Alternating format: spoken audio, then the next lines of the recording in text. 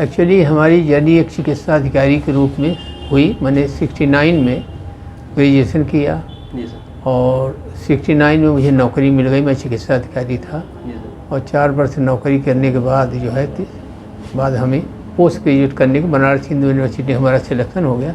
मैं शल्य विभाग में वहाँ पर पोस्ट ग्रेजुएशन के लिए गया था।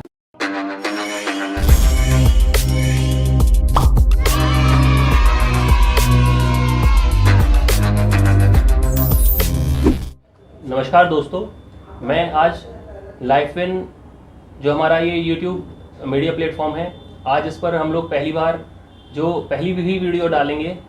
उसमें हम लोग आज अपने जो मेरे गुरुजी हैं इनका आज हम लोग एक इंटरव्यू लेंगे। इस इंटरव्यू में छोटी सी चीज़ें जो सर का अपना एक्सपीरियंस रहा उस सबके बारे में आज आप लोग को बताया जाएगा। दोस्तों आइए आज बात करते हैं हम डॉक्टर लालता प्रसाद सर से। नमस्कार सर। नमस्कार।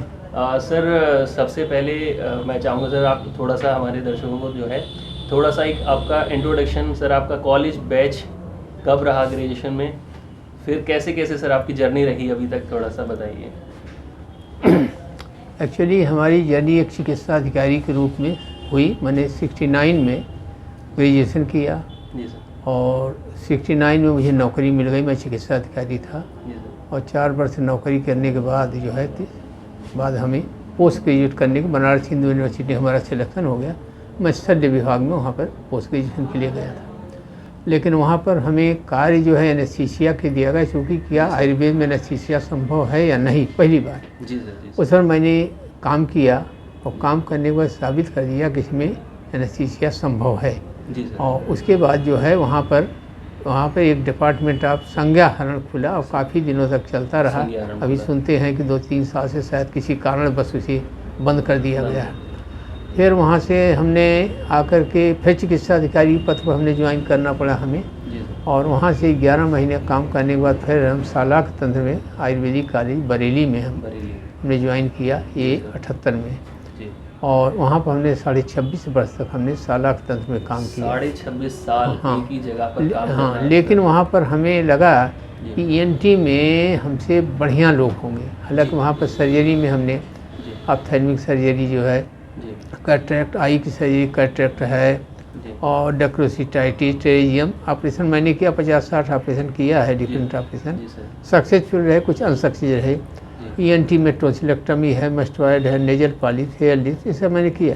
लेकिन मुझे संतुष्टि नहीं मिली। मुझे लगा कि हम तो सिंपली ग्रेजुएट स्तर का आयुर्वेद के आदमी हैं, आगे भविष्य में चल करके कि हमारा कोई भविष्य नहीं, ना मैं कुछ कर पाऊँगा।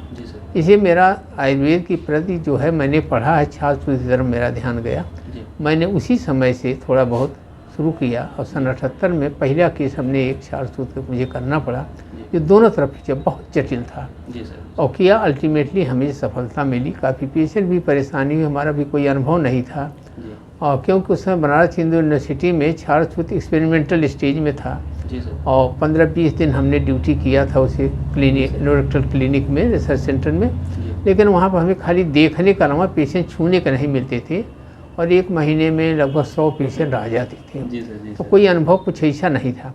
लेकिन आयुर्वेदिक कॉलेज जब आने के बाद हमने शुरू किया यहाँ पर तो मुझे धीरे धीरे सफलता मिलती रही। मैं ENT और ये दोनों देखता रहा और अल्टीमेटली चलते चलते काफ़ी हुआ। और इसके बाद सन 85 में एक प्रिंसिपल थे डॉक्टर सतीश चंद्र सांगधर, वो आए। उन्होंने काफ़ी उनके साथ हम लोग काफ़ी काम किया और वो काफ़ी हमें प्रमोट किया। और जगह जगह राजस्थान, उत्तराखंड, जम्मू में तो हम 15-16 कैंप लगाए होंगे, हर साल जाते थे। निःशुल्क सेवाएँ, कोई पैसा वैसा कहीं नहीं लेते थे। हर केस में जो है हर बार 40-50-60 ऑपरेशन हम करके चले जाते, निःशुल्क सेवाएँ थी।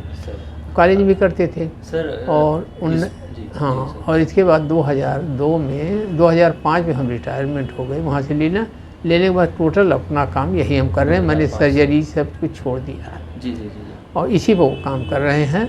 और जो कार्य कर रहे हैं तो ऐसा नहीं है कि हम बोल रहे हैं, विद डॉक्यूमेंट्री प्रूफ। ये एक भी केस का है, जितने हैं आज भी मेरे पास रिकॉर्ड आयुर्वेदिक कॉलेज का हो, चाहे मैं यहाँ कर रहा हूँ, पूरा रिकॉर्ड किसी भी समय देखा जा सकता है। जी बिल्कुल। फिर मुझे लगा कि ये जो ज्ञान जो है बढ़ रहा है, इसका क्या किया जाए। फिर मैंने मेरे मन में आया जी। एक बुक लिखूँ। उसका कारण मुझे इनिशिएट किया कि एक बार दिल्ली में एक कॉन्फ्रेंस थी, जी। हमारे फिशरोग्राम जो है किसी एक बुक में अलग किसी ने छाप दिया, सरकारी स्तर पर छपा, जी, जी। लेकिन मेरा कोई नाम नहीं था। तो मुझे बड़ी ग्लानि हुई कि हमारा नाम नहीं, हमारा फ़ोटो छपे हुए हैं, हमारा कहीं नामो निशान नहीं। जी, जी।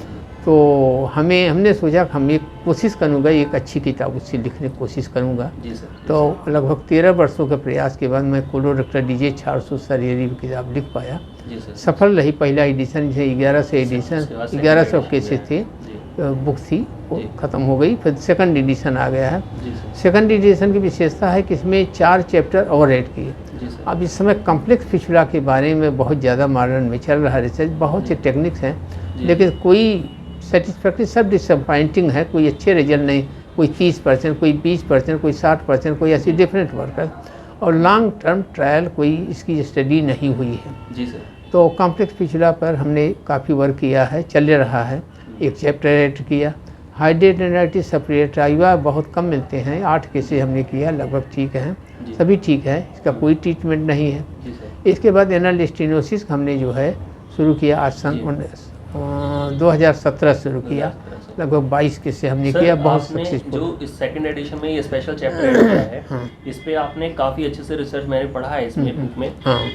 जो ये हमारी बुक है ना, तो इसमें सर ने स्पेशल इसका जो है वर्णन किया है एनल स्टेनोसिस पे। हाँ। तो मुझे नहीं लगता सर अभी मॉडर्न सर्जरी करने के में या कहीं पर भी एनोप्लास्टी के अलावा इसके और सक्सेस तमाम रेशियो टेक्निक है, लेकिन none of them are satisfactory. बहुत जी। अच्छी और सबसे आसान है, बहुत आसानी से विदिन लगभग 2 महीने के अंदर पेशेंट बिल्कुल नॉर्मल हो जाती है। रिकरेंस रेट अभी 22 केसेस एक दिन है। आयुर्वेद की एक कंट्रीब्यूशन है एनल स्टेनोसिस के लिए। इसके बाद लोग आते हैं कि डॉक्टर साहब बंगाली डॉक्टर भी धागिस करते हैं, मद्रासी भी करते हैं, आपके अंदर फर्क क्या है? अलग है? हाउ डज अब ये आई समस्या।